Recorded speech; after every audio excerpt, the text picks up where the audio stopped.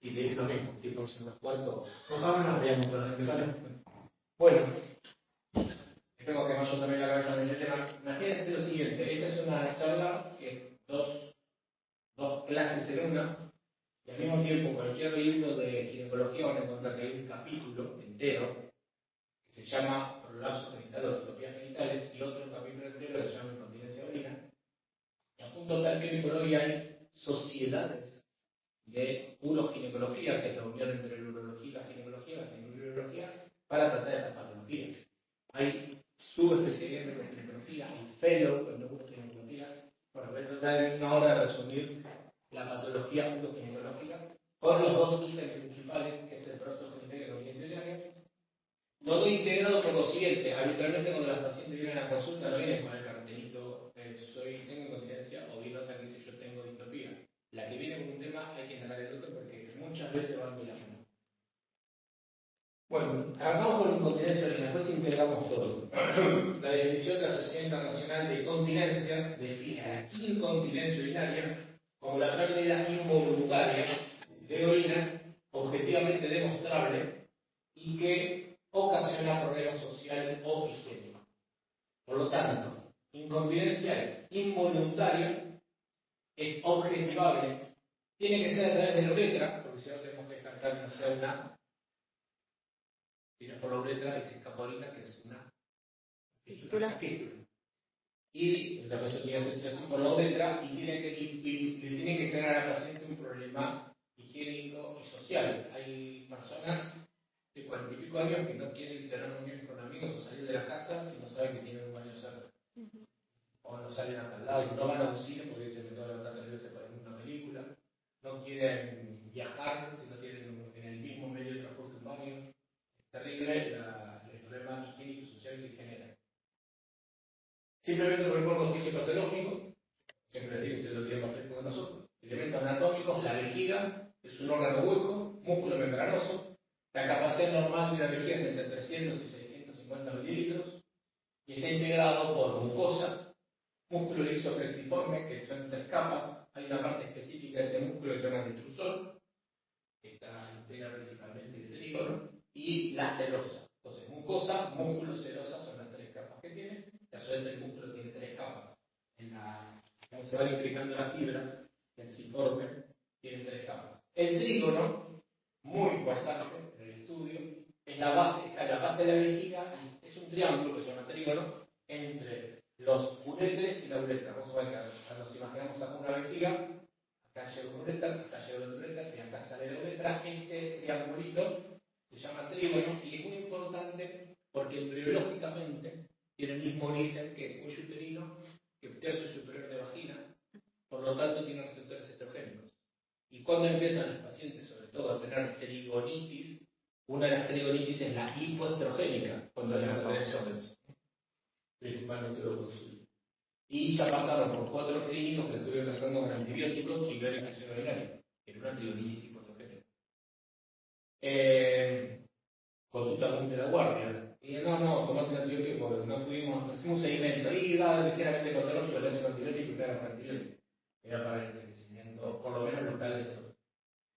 Es el epitelio mesónico, por eso les decía, es el mismo origen, y las 3 capas musculares tienen el epitelio mesónico más las 3 capas musculares de la vejiga, el trígono. Y la uretra, que la característica que tiene la mujer es que es cortita, y justamente por ser corta tiene tanta predisposición a ser incontinente o a tener infecciones urinarias ascendentes, porque el trayecto que tienen que hacer las bacterias de la piel es cortito, a diferencia de la uretra masculina que va por dentro, entre los cuerpos cavernosos y cachosos, entre los longitudes, tiene otros mecanismos de cierre que hacen que, por un lado, el hombre tenga menos tendencia a la incontinencia y al mismo tiempo tenga menos tendencia a las infecciones urinarias. Entonces, 4 centímetros, un diámetro de 6 milímetros. Tengan en cuenta cuando colocan una sonda, no una sonda muy gruesa porque el diámetro es de 6 milímetros. La musculatura son las 3 capas, de las 3 capas 2 son de músculo liso, una músculo estriado. Y el mecanismo de cierre de la uretra, que después lo vamos a ver, está integrado por varias cosas. Todo esto contribuye al mecanismo de cierre, para que la persona ya sea continente. Desde la mucosa, red vascular, tejido conectivo, músculo liso y músculo estriado. Acuérdense que teníamos 3 capas, 2 de músculo liso, 1 de músculo estriado. Y acuérdense que el músculo liso es su contractilidad es involuntaria, mientras que el músculo estriado es donde uno actúa voluntariamente. ¿Cuáles son las fases de la micción? Fase de llenado. Es inconsciente. Hay mecanismos de cierre activados que permiten que uno no se orine mientras está representado. El tono vesical es miógeno, no neurógeno. Y se va produciendo una acomodación vesical o compliance vesical. Se va produciendo un aumento de volumen con poco aumento de tono. Si el aumento de tono es muy rápido, es cuando la persona tiene sensación de tener que orinar. En este momento, todos nosotros estamos en fase de llenado, porque no estamos pensando, se me está llenando la orina. Es inconsciente, pero se está llenando. Se está llenando para la vejiga, la orina. Y los mecanismos de cierre están activados y no son, estamos conscientemente activando los mecanismos de cierre.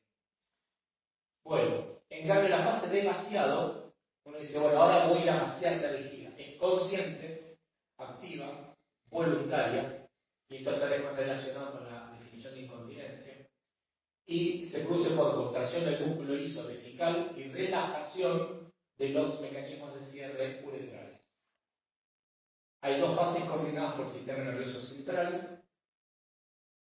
El sistema nervioso central aferente, la nervioso aferente es voluntario, inerva el esfínter uretral a través del nervio pudendo, y el sistema nervioso autónomo involuntario, nervio hipogástrico, los centros medulares también intervienen en la regulación nerviosa, y esto, por ejemplo, es muy importante para lo que hace el trauma de columna, por lo siguiente: a nivel de los centros medulares tenemos simpático tóraco-medular, parasimpático, friccional sacro y pudendo. Y fíjense que las metámeras, dorsal 10L1, a nivel de la vértebra dorsal 7, metámera S2-S4, a nivel de las vértebras 12L1, bueno, paciente de moto. Según a qué nivel se produce una lesión medular vertebral, uno puede saber qué tipo de incontinencia va a tener el paciente. ¿Por qué? Porque no completa el arco reflejo o queda activo permanentemente. Entonces, bueno, retornar las lesiones, pero más rápido. ¿Cuáles son los neurotransmisores? Acetilcolina el parasimpático, la adrenalina el simpático, como en todo. Y si la lesión es más alta, o sea, el nivel de la lesión es cerebral, va a haber una incontinencia coordinada pero inconsciente. Se controla el difusor, se relaja la uretra y los centros son coordinados por el núcleo continuo. En cambio, si la lesión es medular alta, va a ser incoordinada, y si la lesión es medular baja, fallan los autorreflejos. Bueno, vamos dando un poquito más al tema de la clase, que es la incontinencia urinaria que tratamos los ginecólogos.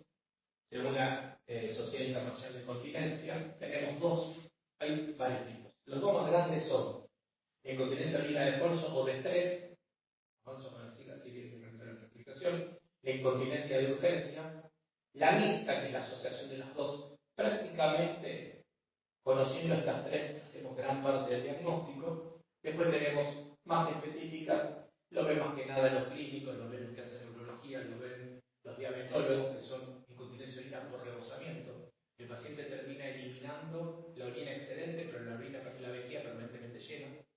¿Cómo lo sabemos eso? La persona dice, ya termina de orinar, le pones el ecógrafo, me dice si tiene 600 mililitros retenidos, o dice, termina de orinar, le pones una sonda y le va a hacer 600 mililitros, por lo tanto, ahí es orina por rebosamiento, realmente son obstrucciones uretrales o lesión postmedular. Y la refleja, que es una lesión neurológica supramedular. Esto no es tan importante, sí que sepan que hay esfuerzo de urgencia. Y muy importante diferenciar entre las 2, sobre todo por lo que le vamos a proponer a la paciente y sobre todo porque en la elección del tratamiento cambia mucho conocer que sea una u otra, sobre todo por la fuerza terapéutica que le vamos a dar. En la de esfuerzo aumenta la presión de la vejiga y por el aumento de la presión vesical se produce la caída. Está condicionada por una disfunción uretral intrínseca, por una debilidad del suelo pélvico, la que más nos preocupa a nosotros, la que más nos interesa y la que más podemos tratar. Y la de urgencia, la paciente tiene gran deseo miccional en ausencia de esfuerzo. No es la señora que dice, no, tosí, levanté un peso y me hice pis. No, esta tiene un gran tensión emocional y se le escapa, aunque esté sentada o esté acostada. Y se producen contracciones simultáneas del retrocesor llamado vejiga hiperactiva. Dentro de la vejiga hiperactiva tenemos, si es de causa neurológica conocida, vejiga hiperreflexica, y si es desconocida, vejiga inestable. Y también se nos va condicionada por baja acomodación, que es por ejemplo las lesiones vesicales orgánicas. Un tumor en la vejiga ocupa espacio y por eso la persona puede tener una urgencia miccional. Urgencia, en cambio, la de esfuerzo, que es la que más vemos actualmente, y la que por ejemplo la que más vemos nosotros los ginecólogos, es la que te dice, antes yo podía controlar, iba al gimnasio y no tenía problema, y ahora levanto una pesa en el gimnasio, te dice la señora, y se me escapa pesa. Bueno, la mixta es muy importante diagnosticarla porque la asociación de los dos, ¿y qué pasa? Si yo voy a tratar esta, o sea, voy a anticipar un poco, yo voy a tratar esta y a esta le ofrezco un tratamiento quirúrgico, pero es una mixta, hay una parte del tratamiento que no va a estar, que viene en el tratamiento de la parte de urgencia. ¿Cómo exploramos la urgencia? Bueno, como en todo, con toda la medicina, anamnesis de incontinencia urinaria, ¿qué tipo de pérdida tiene? Y esto es muy importante, podemos hablar de técnica de los triangulitos, y verdad que es importante esto, y solamente surge el interrogatorio. ¿Cómo es la pérdida que tiene con los esfuerzos? Si son esfuerzos grandes, toser, estornudar de formas exigentes, si son esfuerzos moderados, como subir una escalera, correr, levantar un peso, o son inclusive esfuerzos leves, en la risa o en el coito. O sea, la persona te refiere que en alguna de estas situaciones tiene incontinencia urinaria. Entonces, como es con los esfuerzos, definimos grande, moderada, leve, lo que por ejemplo podríamos decir primero, segundo y tercer grado. De urgencia, hay un deseo imperioso de orinar inevitable que la lleva a la incontinencia. En cambio, que no es lo mismo que micción urgente. Micción urgente es la persona que tiene necesidad imperiosa de ir a orinar, pero no tiene incontinencia. O sea, lo controla. Tiene deseo, tiene que decidir ir, pero llega al baño. En cambio, esta es inevitable y termina en incontinencia.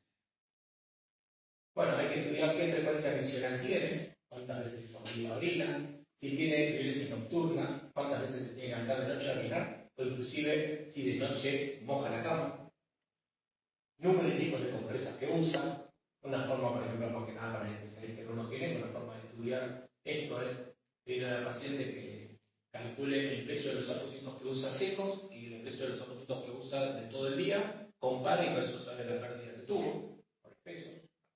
Diagnóstico de sospecha. Voy a tener de esfuerzo, incontinencia urina con refuerzos y el resto está normal. Si es de urgencia, va a tener micción urgente, va a tener la clínica de la incontinencia urina de urgencia y sobre todo son pacientes que tienen EBS.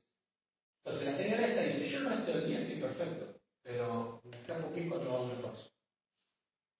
Entonces, ¿qué hacen? Empiezan a dejar de hacer cosas, dejan de ir al gimnasio, dejan de levantar, si están en un trabajo que tienen que levantar cosas pesadas, bueno, terminan pidiendo al jefe que le pase una tarea más liviana, porque si no se desespera. En cambio, la urgencia tiene la sintomatología de la micción urgente y tiene la clínica de la incontinencia urgente y sobre todo el URES. Mixta, que es la combinación de ambos. ¿Cómo la exploramos? Hay una exploración física, que es saber, por ejemplo, para descartar lo neurológico, inervación sensitiva genital, reflejo bulbo cavernoso. Reflejo bulbo cavernoso es uno con un hisopo rodea la base del labio, o sea, estimula al plexo bulbo cavernoso y se produce una contractura del esfínter anal que complete el arco reflejo a través del músculo elevador verano, que después vamos a ver que es muy importante para nosotros para la cirugía. Se evalúa el tono en la musculatura pélvica y del esfínter anal en reposo. O sea, nosotros a través del tacto genital, que es el tacto habitual que hacemos, que es introduciendo dos dedos en la horquilla, nos apoyamos, le pedimos al paciente que haga una sensación de que contrae la cola, que contrae sus glúteos, y ahí vos te das cuenta qué paciente tiene buen apoyo de la uña perineal y qué paciente dice, yo estoy contrayendo y vos no notás que no está contrayendo nada. Bueno, marcha y equilibrio, porque si es un programa neurológico va a tener también ese trastorno prácticamente. ¿Cómo exploramos? Y acá empiezo a hablar un poquito de la segunda parte de la clase, que son las distopías. Distopías es mal llamado prolapso genital, o bien llamado, la gente lo conoce como prolapso. Movilidad uretral, la uretra, sabemos que está detrás del pubis, ahora vamos a ver un esquema, y tiene movilidad. Si hay una hipermovilidad, esa hipermovilidad hace que los mecanismos de cierre no actúen. Entonces, ¿cómo lo estudiamos? Se llama test de Buni, pero ¿cómo vamos a hacer? Directamente con el guante, con dos dedos, dejamos la uretra en el medio de los dos dedos contra el pubis, y entonces le decimos al paciente, primero sin comprimir, tosa, vejiga llena, ¿no? Tosa, se le escapa pis. No, primero se tiene que escapar, no que la vejiga esté llena. Tosa, se le escapa pis. Agarrás la uretra entre dos dedos, la llevas al retropubis, recupera su posición la uretra, decís tosa, no comprimiéndola para eso yo la aprieto, pero no puedo ni nada. Entonces, simplemente le hago una maquita, la levanto, mantengo la uretra acá, tosa y deja, no se hace pis. Entonces, eso se llama, o lo hacemos con los guantes, o el test de Buni se llama así porque en realidad ¿vieron la pinza que usamos nosotros que se llama pinza de curaciones? Bueno, también se llama pinza de Buni. Esa pinza se pone al costado de la uretra, se la lleva un poquito contra el retropubis sin gran conversión. Si corrige una lesión anatómica, por ejemplo, una hipermovilidad uretral, por ejemplo, por una distopía. Si no corrige, pensamos en una lesión neurológica. La prueba de hisopo, o prueba de Kuntil, que es muy sencilla, paciente en posición ginecológica. Yo, por ejemplo, en el consultorio de lo hago muy sencillo, un hisopito común, para que no le moleste, agarras un poquito de hidrogenia viscosa y lo introducís en la uretra. El hisopo tiene un grosor de 4 milímetros, o parece que la uretra tiene 6 milímetros, por lo tanto ingresa sin problema. Lo introducís un poquito dentro de la uretra y entonces en ese momento le decís a la paciente que haga un valsalva o que tosa. Si la uretra no es hipermóvil, el hisopo lo sumo va a hacer esto, un poquitito se va a mover. En cambio, la uretra hipermóvil, ¿qué pasa? Se va a bajar la uretra y el hisopo en la otra punta que hace esto, levanta, ¿entienden? El hisopo está en la uretra, esta es la uretra, este es el hisopo, lo pongo acá. Tosa, señora, mueve un poco. Tosa, ¿qué significa? Que la uretra tiene hipermovilidad, ¿está bien? Como se mide, se ve con el paciente con todo y se mide el ángulo. Es que no anda con un transporte, te das cuenta. Y me dice, si tiene, el tip se mueve más de 30 grados o menos de 30 grados. Si se mueve más de 30 grados, hablamos de hipermovilidad uretral. La exploración radiológica se hizo años atrás, pero gracias a la exploración radiológica sirvió generar una serie de enunciados para hoy estudiar incontinencia urinaria. Y, por ejemplo, un estudio que se hizo mucho tiempo, ahora ya no se hace más, es la cistografía con cadena. ¿Qué era eso? A través de la uretra se ponía una cadenita. ¿Para qué? Para que sea radiópaca. Y aparte que la cadenita común de acá, la cadena que tiene movilidad, o sea, se acomoda. Entonces se introducía la cadena y se veía cómo llegaba la uretra y cómo caía por la cara posterior de la vejiga, para dibujar los ángulos. Entonces esa lo llamaba cistografía con cadena. Contraste con cadena. Y a partir de esta exploración radiológica, así, bueno, ya van a ver, por ejemplo, cuando en obstetricia hablemos de monitoreo fetal y vamos a hablar de cómo el Centro Latinoamericano de Periodontología determinaron las contracciones de Braxton Hicks y todo lo demás a partir de estudiar dentro del abdomen de forma invasiva, y eso sirvió a sacar conceptos para después en forma no invasiva uno poder determinar contractilidad, latidos fetales y demás. Bueno, esto es lo mismo, esto es invasivo, hay que colocar una cadena, hay que poner el contraste y todo, pero eso permitió ver dos ángulos y tener lo que se llama la clasificación de Green. Es esta, dibujo el mío, ángulos uretrales. Esta es la vejiga, esta es la uretra. Se nos forman dos ángulos, el ángulo A y el ángulo B. En uno tenemos en cuenta el pubis y en otro tenemos en cuenta la pared posterior de la vejiga. Entonces, ¿qué nos dice el ángulo A? Es un ángulo uretrovesical posterior. Uretrovesical posterior. Y lo ideal es que tenga 90 grados, el que tiene más o menos 90 grados. ¿Qué puede pasar con este ángulo? Que se nos caiga, si se nos cae la uretra para abajo, este ángulo en lugar de ser recto va a pasar a ser obtuso, va a tener más de 90 grados. Bueno, arbitrariamente también se toma otro ángulo que se traza una vertical al pubis y se divide por la cara anterior de la uretra. Este se llama 2B, que el B es el ángulo uretrovertical anterior. Uretrovesical posterior, uretrovertical anterior. Este es de 45 grados.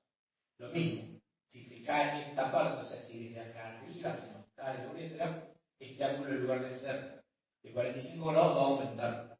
Y este de acá, si desde atrás se nos cae la uretra, no 90 va a pasar a más. Entonces, cuando A se hace obtuso, vamos a tener un tipo de incontinencia llamado tipo 1. Y ya nos empieza a orientar, porque si yo tengo a la paciente así en esta posición, acá tiene el sacro, acá tiene los glúteos y acá salen las piernas, yo estoy pensando que si el problema lo tengo desde acá atrás, el abordaje para corregirlo lo voy a hacer más fácilmente por vía vaginal. En cambio, si yo el problema lo tengo desde acá arriba, desde el abdomen, porque esto se cayó y esto yo quiero de alguna manera llevarlo acá, el abordaje inicial voy a pensar, ahora después todo combinado, pero bueno, el abordaje inicial va a ser por vía vaginal. Entonces, cuando A se hace obtuso, tengo una incontinencia tipo 1 de Green, que se llegó al diagnóstico con la cadenita, y corrección vía vaginal. En cambio, cuando B aumenta más de 45, voy a tener una incontinencia tipo 2 de Green, y como viene acá el problema, la idea es venir a corregir con el de acá arriba. O sea, me vengo a corregir con la cara anterior de la uretra y en otra me vengo a corregir con la cara inferior de la uretra. O sea, abdominal y vaginal. Esto lo paso muy rápido, concepto de la urodinamia, está integrado por varios estudios, que todo se llama urodinamia. Cuando uno pide el estudio, urodinamia computarizada, y se hace la uroflujometría, que es otra cosa que con un medidor de flujo medir la cantidad de chorro de orina que tiene, ciclotermometría, que es la más importante, con el filmatometría, entre las dos se hace la verdadera urodinamia, que es midiendo presiones. Ahora muestro cómo se hace, que es muy rápido. Después hay cosas más sofisticadas para casos más complejos, como la videourodinamia, la defecalografía, que es la radiografía para ver dónde está la causa de incontinencia en materia fecal. Hay un montón de estudios, pero después técnicas combinadas como la electromiografía perineal, que es medir con electrodos la parte de la musculatura del piso pelviano. Pero dentro de la urodinamia es muy importante, pues así, la vemos, la manejamos, los psicólogos la tienen que conocer, y ustedes como alumnos tienen que conocer que existe, no específicamente todos los pormenores, pero sí saber que existe.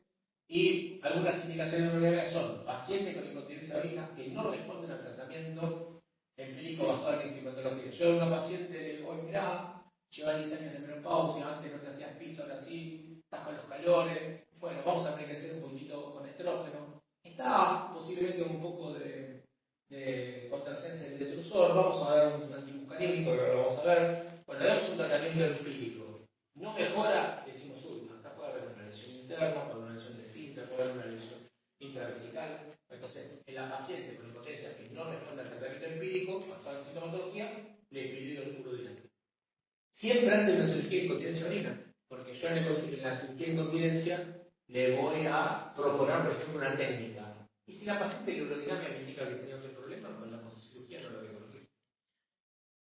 Pacientes con sospecha de obstrucción del tracto de salida, una lesión intrauretral o periuretral, pacientes con enfermedad neurológica y pacientes sobre todo con incontinencia residual grave. Es muy común que las pacientes cuando vos les preguntás, ¿de qué la operaron? Ah, no sé, sé que le hicieron unos puntitos, te dicen así las pacientes, sé que le hicieron unos puntitos ahí abajo y no sé ni lo hicieron. Señora, ¿le hicieron un estudio que tengo que colocar primero una sonda para mí? No. Entonces, son pacientes que tienen incontinencia residual grave, luego de ya haber hecho el tratamiento de grupo, por el cual vos ya te encontrás una paciente operada, pero que encima te dice que nunca le hicieron urodinamia. Entonces, bueno, es indicación de eso. Muy común la ecografía. ¿En qué consiste? Se coloca una sondita dentro de la uretra, la sonda de la uretra mide tanto la presión de la vejiga como la presión de la uretra, se coloca una sonda intrarrectal, que es para medir las presiones abdominales. La diferencia entre la presión de la vejiga y la presión de la uretra, la presión abdominal, nos va a dar por diferencia lo que se llama la presión del detrusor. Y por último, este es el dibujo de lo que sería la flujometría, la paciente orina y se mide el flujo. Entonces, van a ver que los gráficos de urodinamia tienen 4 o 5 curvas, que una es la presión vesical, la otra es la presión diferencial del detrusor, la presión abdominal, y bueno, después dentro del mismo estudio se va notando en qué momento tiene el deseo máximo de orinar, en qué momento comienza la incontinencia, cómo se comporta la maniobra de Valsalva, todo eso. Avanzo porque es muy específico. Este es un gráfico de citonormetría. Ejemplo, la presión de fuga menor de 70 centímetros de agua, centímetros de agua, es subjetiva de distribución esfinteriana, y la presión por encima de 90, 100, típicamente mirar el complejo peritoneal. Siendo el origen de la incontinencia, por ejemplo, en el pronovía uretral. Entre ambos valores se encontrarían las pacientes con afectación uretral intrínseca en grado variable con distintas patologías. Entonces, lo que me ayuda es, si veo que tiene muchas contracciones involuntarias del detrusor, no es este el caso, tiene muchas contracciones involuntarias, y bueno, es una paciente que aparte de posible tratamiento quirúrgico, le tengo que advertir que va a tener que estar tomando casi de por vida un medicamento para que corte ese reflejo de la contracción involuntaria.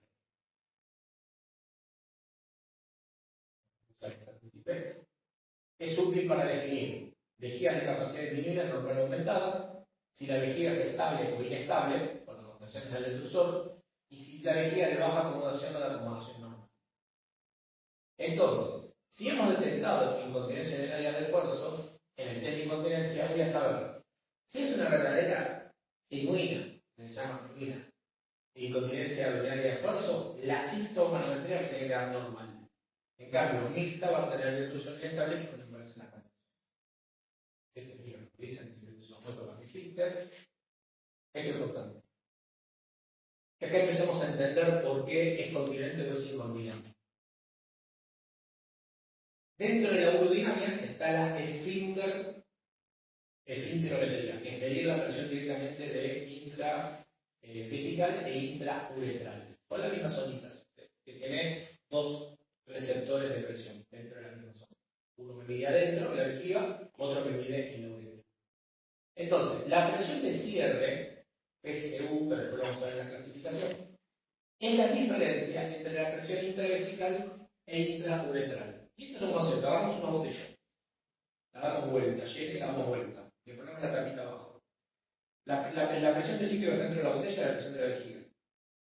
La fuerza con la que pongo la tapita es la fuerza de la uretra.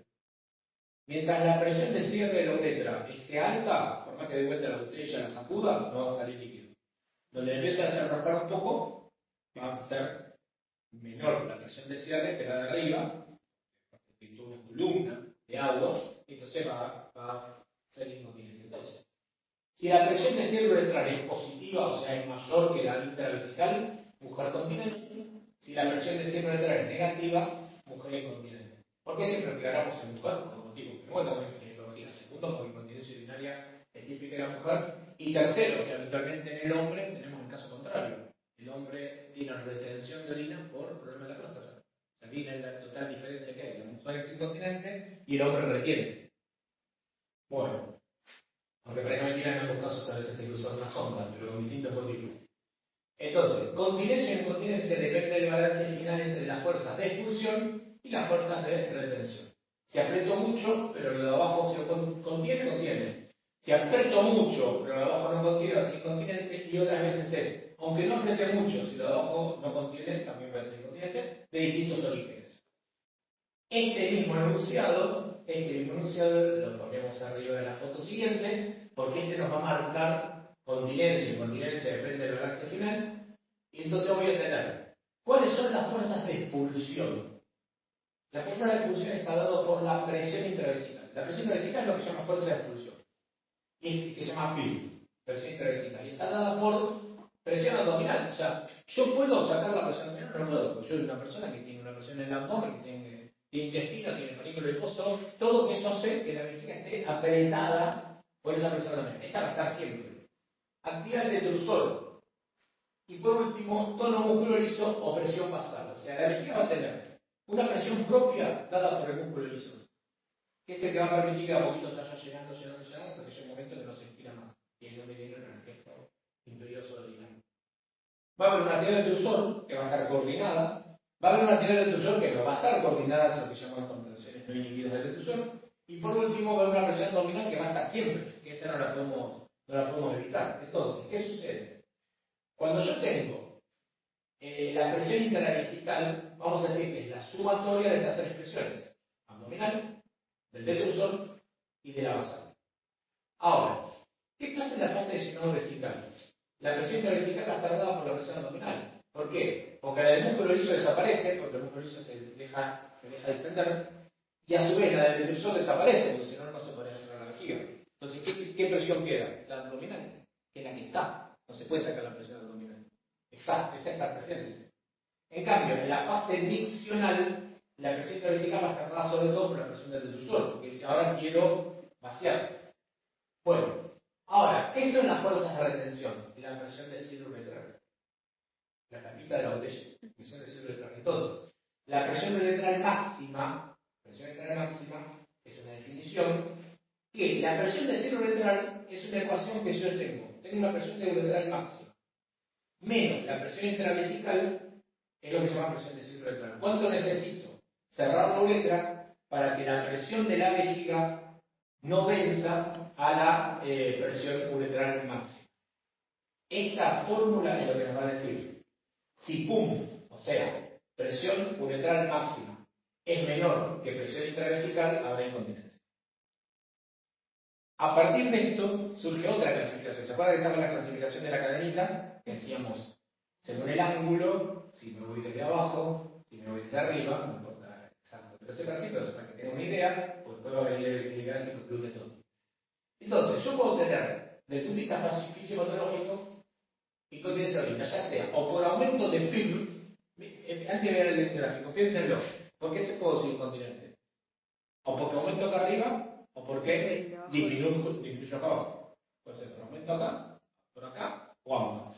Entonces, si es por aumento de la presión intravenosa, intravesical, el aumento puede ser activo, dado por contracción del detrusor, y voy a tener el típico caso de la vejiga inestable. O sea, por más que no quiera la persona contraer su detrusor, y no quiere hacerlo.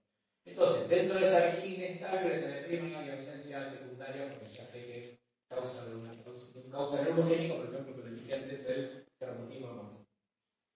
Y voy a tener un aumento pasivo, que es la persona que orina por lanzamiento. Cuando ya tiene 1 litro en la vejiga, el peso de esa columna de agua de 1 litro va a vencer a la presión de cierre. Por lo tanto, acá, el aumento de la presión intravesical está dado porque retiene orina de más. Y cuando va a orinar, no vacía todo. Hacemos un estudio muy sencillo, donde pedimos ecografía vesical con residuo post-micción. Medimos a la presión. Y es muy fácil.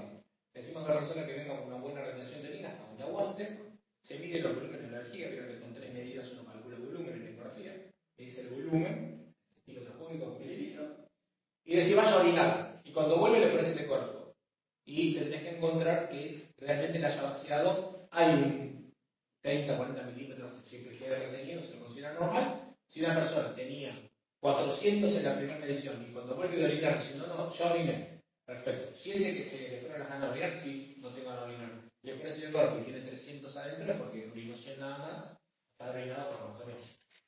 Reposamiento. Bueno, entonces decíamos que pueden ser por aumentos del PIB o por disminución de la presión del cilindro uretral. Y ahí que tenemos, y fíjense que puse en amarilla las distopías, es el tema. ¿Por qué? Porque en definitiva de casi todo esto, en la única que nosotros como ginecólogos, uroginecólogos, vamos a tener actividad, es en esta.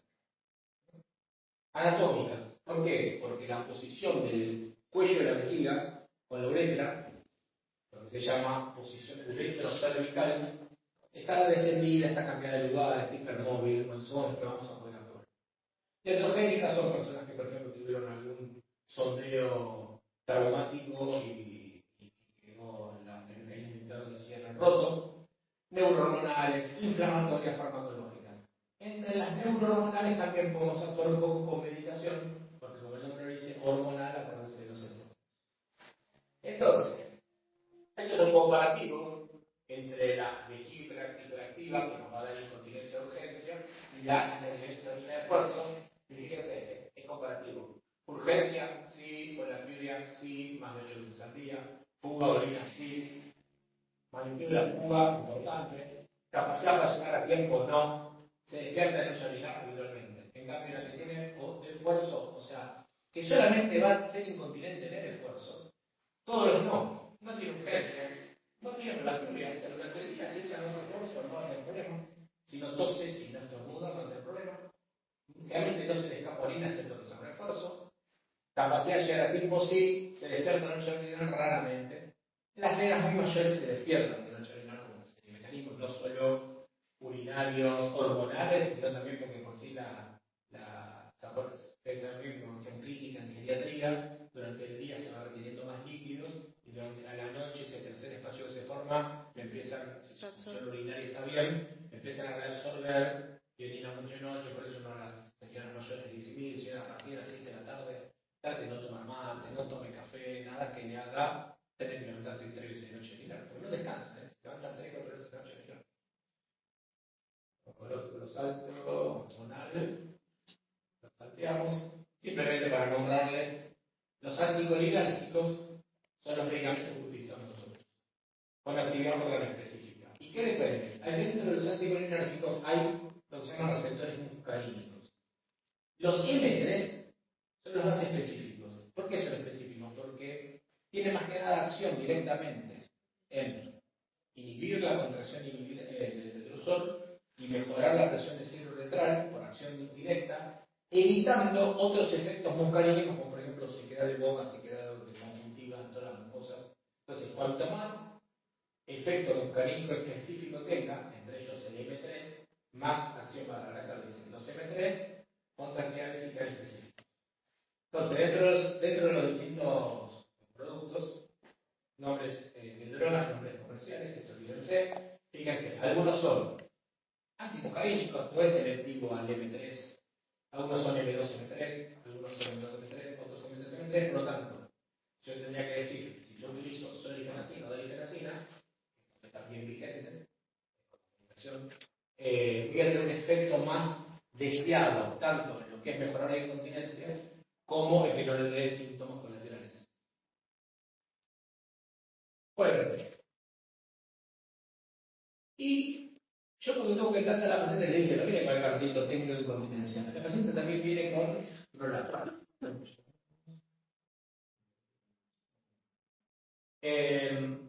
Ojo el prolapso. Perdón, tengo una pregunta. ¿Una paciente con incontinencia viene primero al ginecólogo o primero va al urólogo?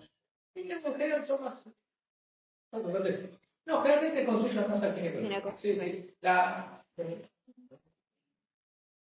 La paciente muchas veces no se utiliza de clínico, el ginecólogo y la doctora no me está a mentir. Entonces, en general una persona que vos ya la conocés, inclusive no sé, entendiste 2 partos, el día que tiene una incontinencia, primero lo va a consultar es a quien tiene el ginecólogo cabecera, y si no tiene ginecólogo cabecera, le da un ginecólogo. Ese ginecólogo puede ser que diga, no, mira, el que es sincero y dice, mira, yo mucho este tema no lo manejo, pero tengo para apuntar o un uroginecólogo o un urólogo. Y el estudio de... Y los estudios, en general, por ejemplo, los centros que hoy hacen estos estudios suelen ser centros combinados, urólogo con ginecólogo. Ah, ok.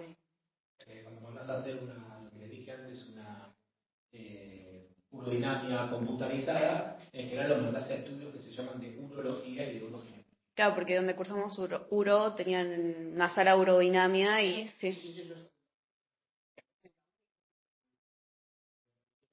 Que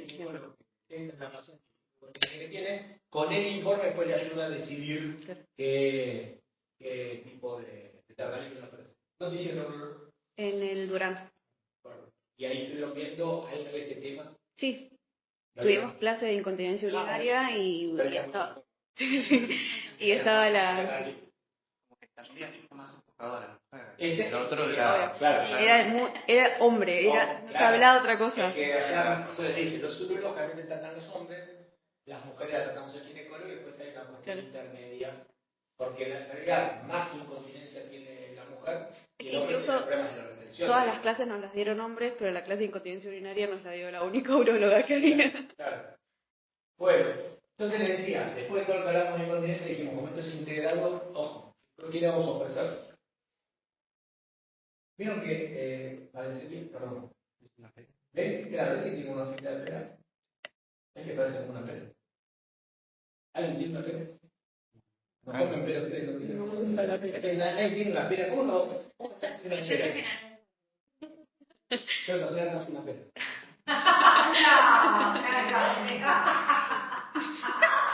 Es una pera. ¿Saben por qué el útero qué forma tiene? Piriforme. De ahí viene el nombre. Entonces, por eso está puesto ahí. El útero es piriforme. ¿Qué pasa cuando a una mujer le sacan el útero? todo el resto va a ocupar el No, no, es algo filosófico. Se desespera. Bien. Y entonces, ¿qué pasa?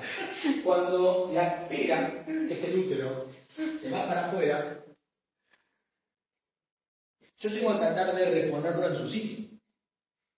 O, si no puedo reponer la pera, lo que voy a tratar de reponer son las cosas que no puedo sacar. Porque junto con la pera me va a venir acompañado por delante de la vejiga, por detrás del recto. Yo puedo a la señora decirle, mire, señora, quédese tranquila y le sacamos todo.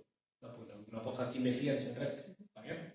Podría dejarla, le pongo a boco los ureteres a la piel y a boco el colon, al recto sigma, a una brostomía y listo. Le saqué todo, quedó preciosa con 4 objetos más, pero bueno, no puedo. Entonces, ya sea, o voy a reponer el útero a su lugar, o voy a reponer las estructuras anatómicas a su lugar para que la paciente deje de tener calistopía. ¿Está bien? Entonces, ustedes imagínense que acá estoy a nivel de lo que es el piso pelviano. Y lo que se produjo es un prolapso de los órganos internos, del útero, sobre todas las cosas.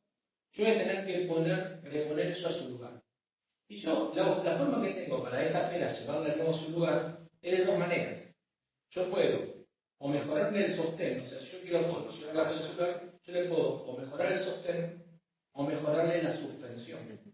Entonces voy a tener mecanismos de suspensión y mecanismos de sostén. Y ya fíjense un poco cómo pongo las manos. El mecanismo de sostén me da la idea que estoy viniendo desde abajo. Y el mecanismo de suspensión da la idea que estoy viniendo desde arriba. Entonces, ya ahí vamos a americanándonos y ahora lo metemos a la anatomía. Entonces, ¿alguien tiene una pega? Pues yo la tengo. Vamos a hacer un repaso. Aquí hicimos el repaso fisiológico de continencia e incontinencia. Y vamos a hacer el repaso anatómico del aparato de fijación pelviano. Fíjense que el órgano central de la pelvis, está ahí escrito con la... Tendría que no se confundan que está en amarillo la vejiga y esto es amarillo, esto es el útero. Esto es el útero. Tenemos un aparato de fijación pelviana que a su vez está integrado por un aparato de suspensión, la diferencia entre suspensión y sostén. Un aparato de suspensión y un aparato de sostén. Un aparato de suspensión que nos viene más desde arriba, anatómicamente hablando, yendo de la vulva para adentro, que está integrado por el retículo uterino, que es lo que está, el A, que es esto que está acá, el retículo uterino. Son estructuras ligamentarias y musculares que nos van hasta el útero y van pasando por distintas estructuras, y de ahí toman el nombre. Por ejemplo, el retículo uterino tiene el 1, que es el ligamento anterior o pilar de la vejiga, o también llamado pubo vésico-uterino, que no es otra cosa que lo que es y de dónde van. Pubo vésico-uterino. Los ligamentos laterales o de Mandelbrot, que es el 2, que van desde el útero hacia la pared pelviana, lateral, y por último, los ligamentos posteriores, o también uterosacros,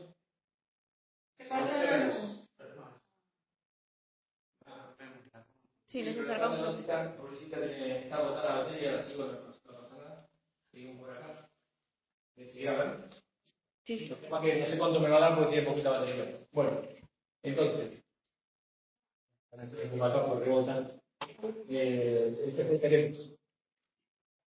Ya te decía. Los tres que escribían integran esto, y por último, el B, que es también llamado fascia vésico-vaginal. Y la fascia vésico-vaginal tenemos, como el nombre lo dice, una por delante y una por detrás. ¿Cómo se llama esa fascia? Vésico-vaginal y recto-vaginal. Todo esto, acuérdense que integraba el aparato de suspensión. Viene como desde arriba. Tenemos los tres ligamentos del retículo y tengo las fascias. Acuérdense que las fascias tienen receptores estrogénicos. Por eso otra de las causas de las cuales se produce la relajación de las estructuras es que cuando disminuyen los estrógenos, también esas fascias que eran más firmes, que se van afectando por distintos motivos que ahora vamos a ver, terminan achicándose o ablandándose. Después tengo un aparato, dentro de todo lo que es el aparato de fijación pelviano, tengo el aparato de sostén o apoyo. Sostén, viene desde abajo. Sostén. O sea, yendo desde la vulva para adentro, está más afuera. ¿Y por qué está integrado? Está integrado por músculos que son El músculo elevador del ano, también llamado diafragma pelviano principal, y el músculo isquioproximio. Dentro del elevador del ano voy a tener 3 haces. El más importante de todo, ¿se acuerdan que adelante teníamos el tubo el tubo vesicuterino, que era un ligamento que pasaba por la vejiga? Bueno, tengo el equivalente atrás, un poquito más abajo y atrás, tengo el haz pubo-rectal, también llamado pilares del ano o pilares del recto, que es el equivalente al pilar de la vejiga.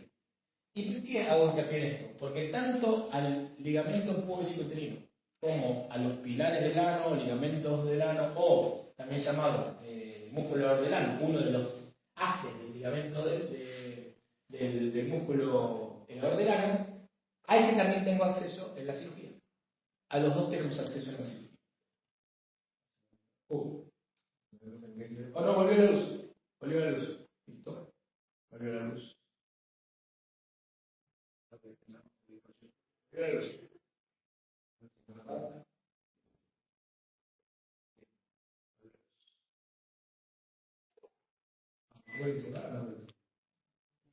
Bueno, sigo avanzando por acá hasta que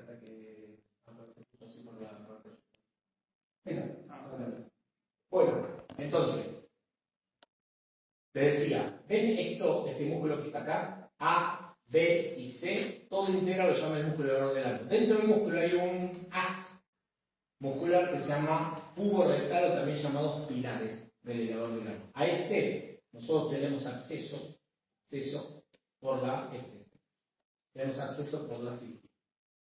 Bueno, después también tenemos, se medio oscuro, diafragma pelviano principal y diafragma pelviano accesorio, que está integrado por dos músculos. Uno es el músculo transverso profundo y otro el filtro rastreo del lóbulo lateral.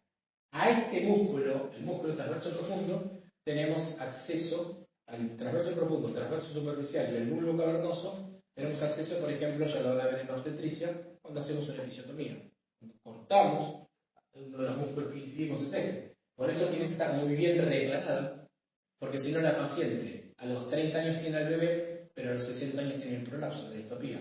¿Por qué? Porque se afectó parte de esta musculatura, un poco por el pasaje por el canal del parto del bebé, otro poco porque le bajaron los estrógenos, y otro poco porque no estuvo bien preparada su episiotomía.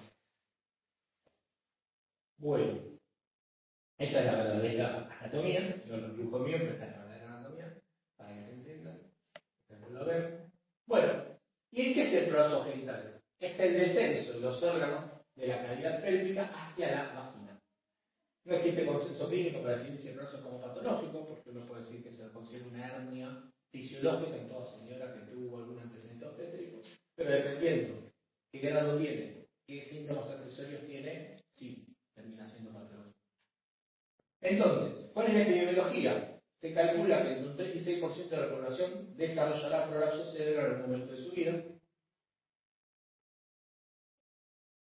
Presente en el 50% de las multíparas. Es más raro que estén las nulíparas porque el parto ya esto demuestra que es un factor predisponente. Del 10 al 20% requiere algún tipo de tratamiento. Una de cada 10 mujeres a los 80 años ha sido operada por prolapso. Miren lo frecuente que es. 30% de las operadas requieren de una segunda intervención, que hay que decírselo siempre a la paciente, porque lo operas de cualquier señal, después vamos a ver rápidamente, siempre tenés que avisarle que no sabemos si es solución por vida, porque usted está utilizando tejidos propios para estructuras, y esos tejidos propios también se van agregando con la vida. Entonces, por lo tanto, hay que mantener que y es la paciente que le decía antes que sí, lo operaron, me hicieron algo ahí, te hicieron estudio, te pusieron una sonda, no, entonces vos tenés que reoperarla, muchas veces sin saber cuál fue la técnica previa, si se le había hecho estudio aerodinámico o no. Por eso es importante tenerlo en cuenta para cuando uno tiene que volver a hacer una cirugía. Lo de que el parto es una de las posibles causas, ¿por la epicio o por el parto en sí? Y un concepto que siempre se tuvo en la obstetricia, cuando uno dice episiotomía profiláctica, la profilaxis es inmediata e inmediata. La inmediata es evitar el desgarro de órganos importantes como vejiga y recto. Y la mediata se considera que las personas que tuvieron partos vaginales pero con episiotomía tienen menos riesgo de hacer distopía ¿Por qué? Porque esa ampliación controlada del canal del parto y bien reparada la deja menos predispuesta al prolapso que la que realmente tuvo un bebé de 4 kilos, que lo estuvieron empujando desde arriba, que no se le hizo episiotomía, que ya en un momento del parto te das cuenta que queda todo como prolapsado. Después parte de las estructuras vuelven, pero cuando bajen los estrógenos va a regresar. Entonces, fíjense la diferencia según con la paridad. En la nulípara podemos tener 14% de esto, siempre basado en estudios, ¿no? El 14% de pacientes nulíparas pueden tener prolapso, la que tuvo 1 a 3 partos vaginales, sin la distinción de qué peso tuvieron, si fue constipado o no constipado y todo lo demás, 48%, y con 4 o más partos, 71%. Después, compleja y multifactorial la etiología, por todo lo que les dije antes de la incontinencia, pero aparte de su modo de distopía, se produce una pérdida del soporte fibromuscular de la región pélvica y los factores predictores van a ser la edad, a mayor edad, más chance de ser una distopía, si hubo embarazos con parto vaginal previo, por ejemplo, las nulíparas se embarazaron que hagan prolapso, o las que tuvieron, las que son, nuligestas, y las nulíparas son las que tuvieron hijos que no tienen partos, son todas cesáreas, tienen menos chance de hacer un prolapso, por eso las que tuvieron parto vaginal tienen más chances. Factores individuales como enfermedades crónicas, hábitos, tipo actividad laboral. Estaba haciendo hasta dice, yo en mi trabajo todos los días levantaba 30 kilos, corría bolsa de harina de 30 kilos y todo el tiempo, bueno, más por disposición, se relajan las estructuras musculares y demás.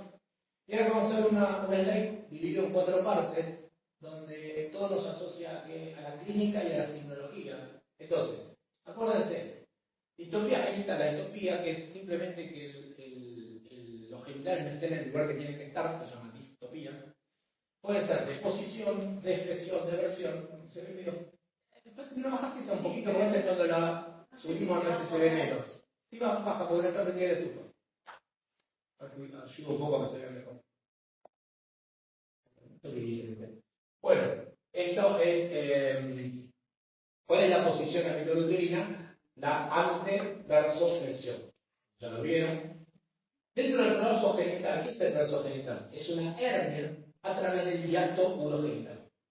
Y entonces, según el órgano que prolapse principalmente, si prolapsa principalmente la vejiga, voy a hablar de cistocele, si prolapsa principalmente el recto, siempre hablando a través de la vagina, porque si prolapsa el recto por el mismo esfínter anal, estoy hablando de un prolapso rectal, o sea, la mucosa rectal saliendo por el orificio anal. Acá lo que está haciendo es, el recto me prolapsa a través de la vagina, o sea que va a estar cubierto por la cara posterior de la vagina. Por lo tanto, a esto se le puede decir colpocitocele, colporrectocele, histerocele, que es cuando asoma el cuello uterino, cuando asoma que lo vimos en el centro de la foto, cuando asoma la puntita de la pera, y uno lo ve acompañado por rectocele o citocele, decimos histerocele, y prolapso total es cuando se acompaña de todo. Entonces, tenemos nombre del órgano que prolapsa, grados del prolapso, que vamos a ver 3 ejemplos. 1, está descendido pero no llega al introito. El introito es a nivel de los labios y la horquilla. 2, llega al introito y queda hasta ahí, asumo no lo sobrepasa, con algún esfuerzo lo puede sobrepasar, pero automáticamente vuelve a su lugar, o vuelve para dentro de la vulva. Y el grado 3 sobrepasa el introito y en algunos casos son incoercibles, o sea, la paciente está todo el tiempo con ese bulto fuera de la vagina, en contacto directamente con su ropa interior, con su apósito, con lesiones por ese motivo y todo lo demás. Y a todo esto acuérdense, tema de la primera parte. Y a todo esto, ¿cómo se asocia con la incontinencia urinaria? Bueno, vieron que vienen todos juntos.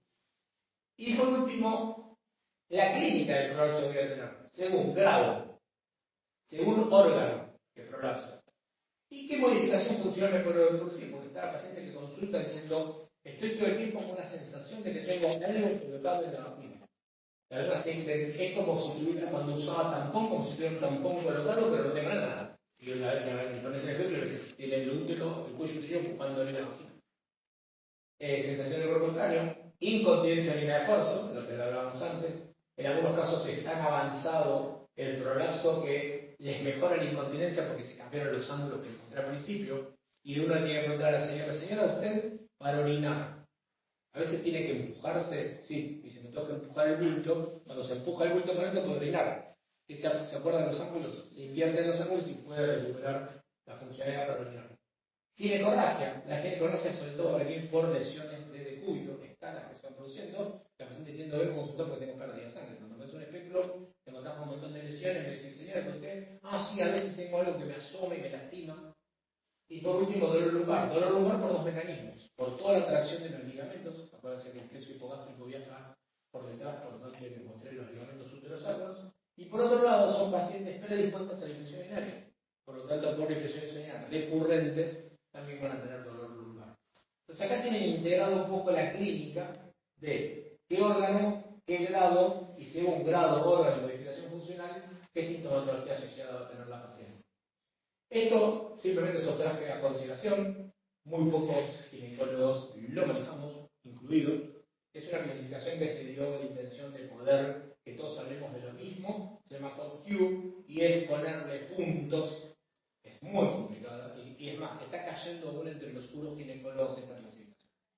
Se intentó decir, bueno, hablemos todo del mismo. En vez de decir, la paciente tiene un cistocele de segundo grado, un histerocele de tercer grado, sin incontinencia urinaria, es decir, la paciente tiene una medición de tanto, una P negativa, positiva, porque se pone un punto.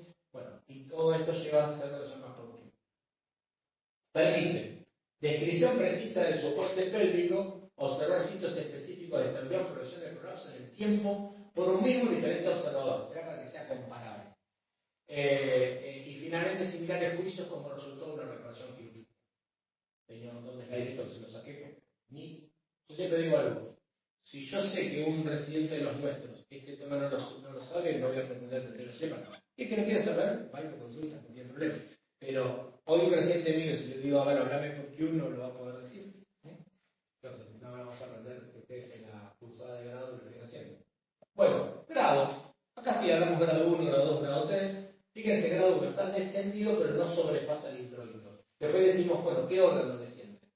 La vejiga, la uretra, por su incapacidad, el cuello uterino, el recto.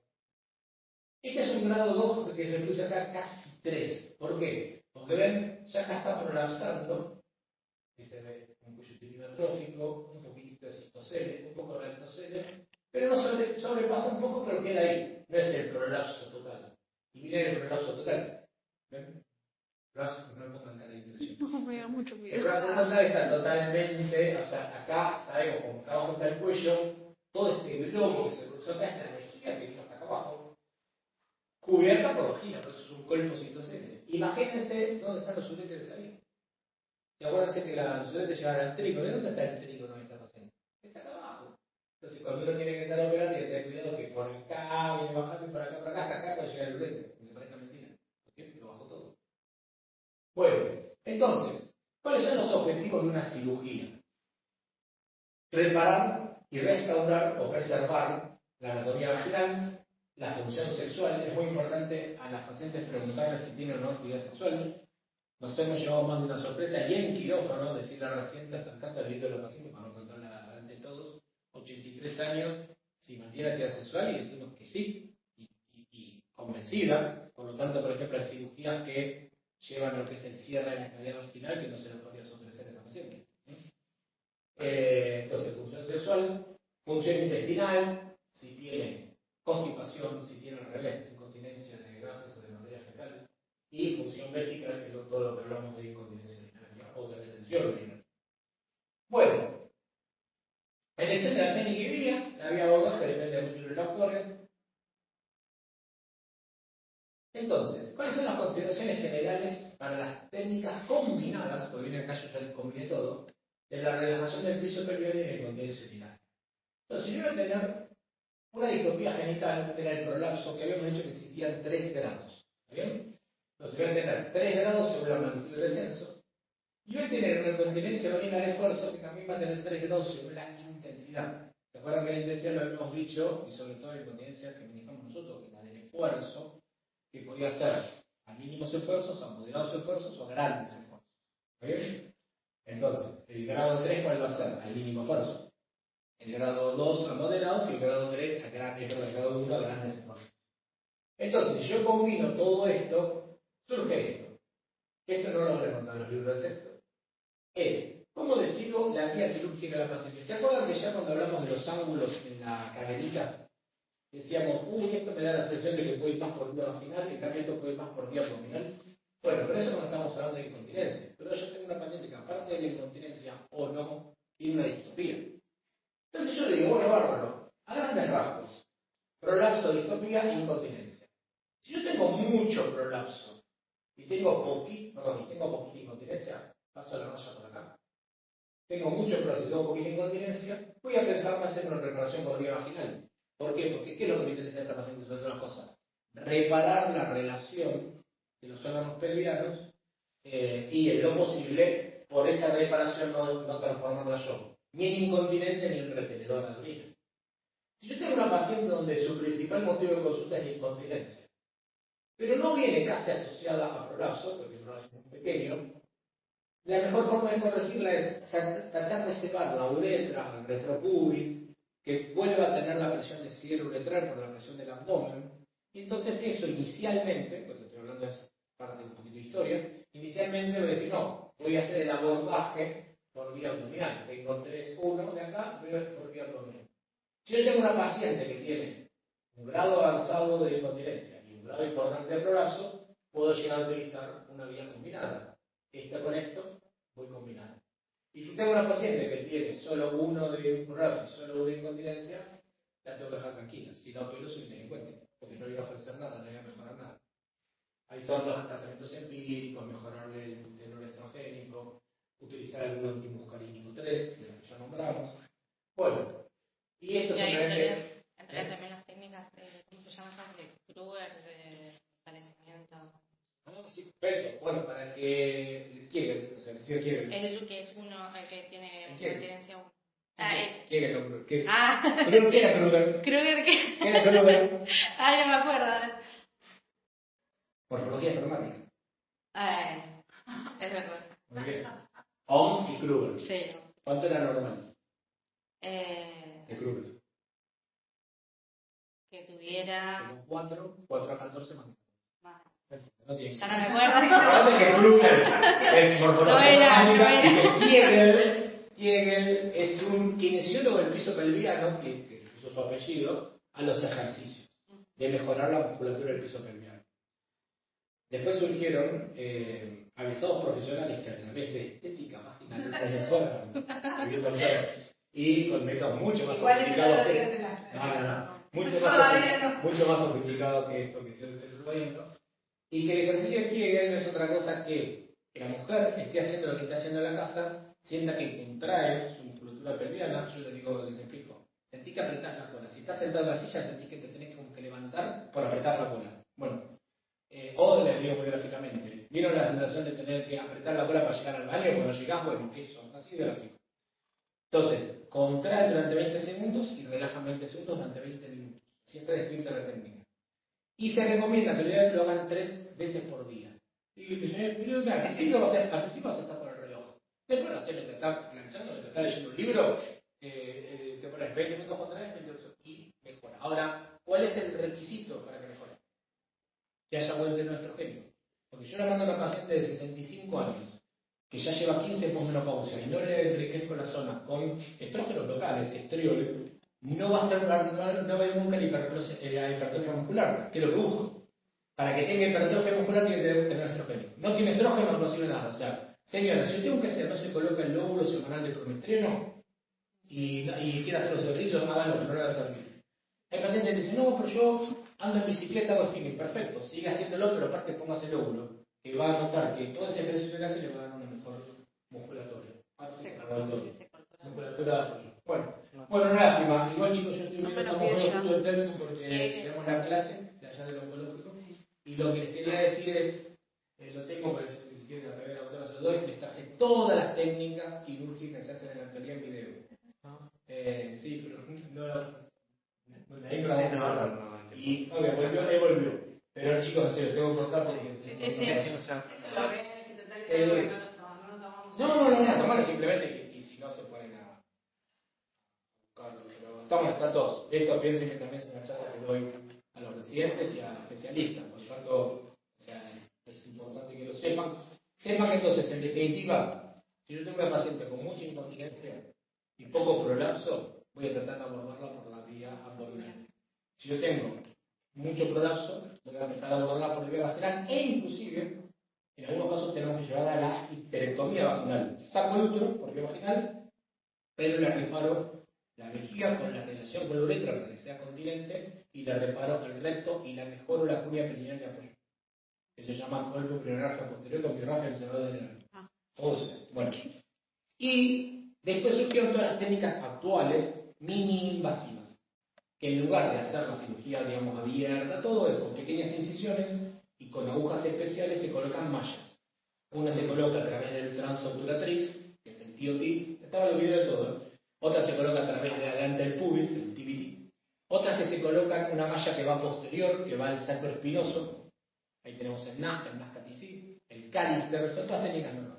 Después fueron ideando otras cosas, uno que se llama miniar, que es, en lugar de pasar a través de la obturatriz, llego hasta la obturatriz de cuello del arpón, y de ahí me cuelgo para colocarlo, subir, por ejemplo, una cúpula. Yo, una paciente tuvo una histerectomía a los 40 años por miomatosis, y a los 60 hace un prolapso de cúpula vaginal. ¿Cómo llevo esa cúpula vaginal para arriba y la tengo que colgar de algún lado? Bueno, las formas de colgar. Claro, ¿cuál es la malla? ¿Dónde la colgas? Bueno, la forma de colgarla es al sacro espinoso, que es un ligamento que está ahí, como dice el nombre, entre el sacro y la espina. Y esas son que se llaman todas mini invasivas. Todas tienen chance de recidiva. Ninguno a una paciente le puede asegurar, mire señora, usted con esto no va a tener nunca más problemas. No, imposible decirle eso. Y lo que uno busca es que la paciente recupere su vida normal. Entonces, por recuperar su vida normal también tiene el riesgo de, va a seguir haciendo esfuerzos, va a seguir manteniendo relaciones, va a seguir estando no constipada. Todo eso la puede llevar a que a los 10 años colocarse la malla y tenga que volver a colocarse. O hacerse otra técnica. Bueno, gracias. Bueno, es difícil porque marcabas como varias cosas y no sabías. Después, en todo caso, hablamos de una que no sé si me marcaste una o dos. ¿Sí? Y. Las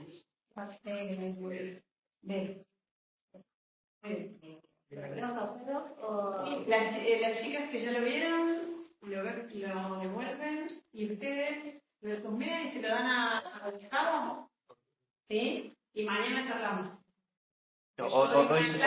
Hoy se lo damos a Gustavo. Sí.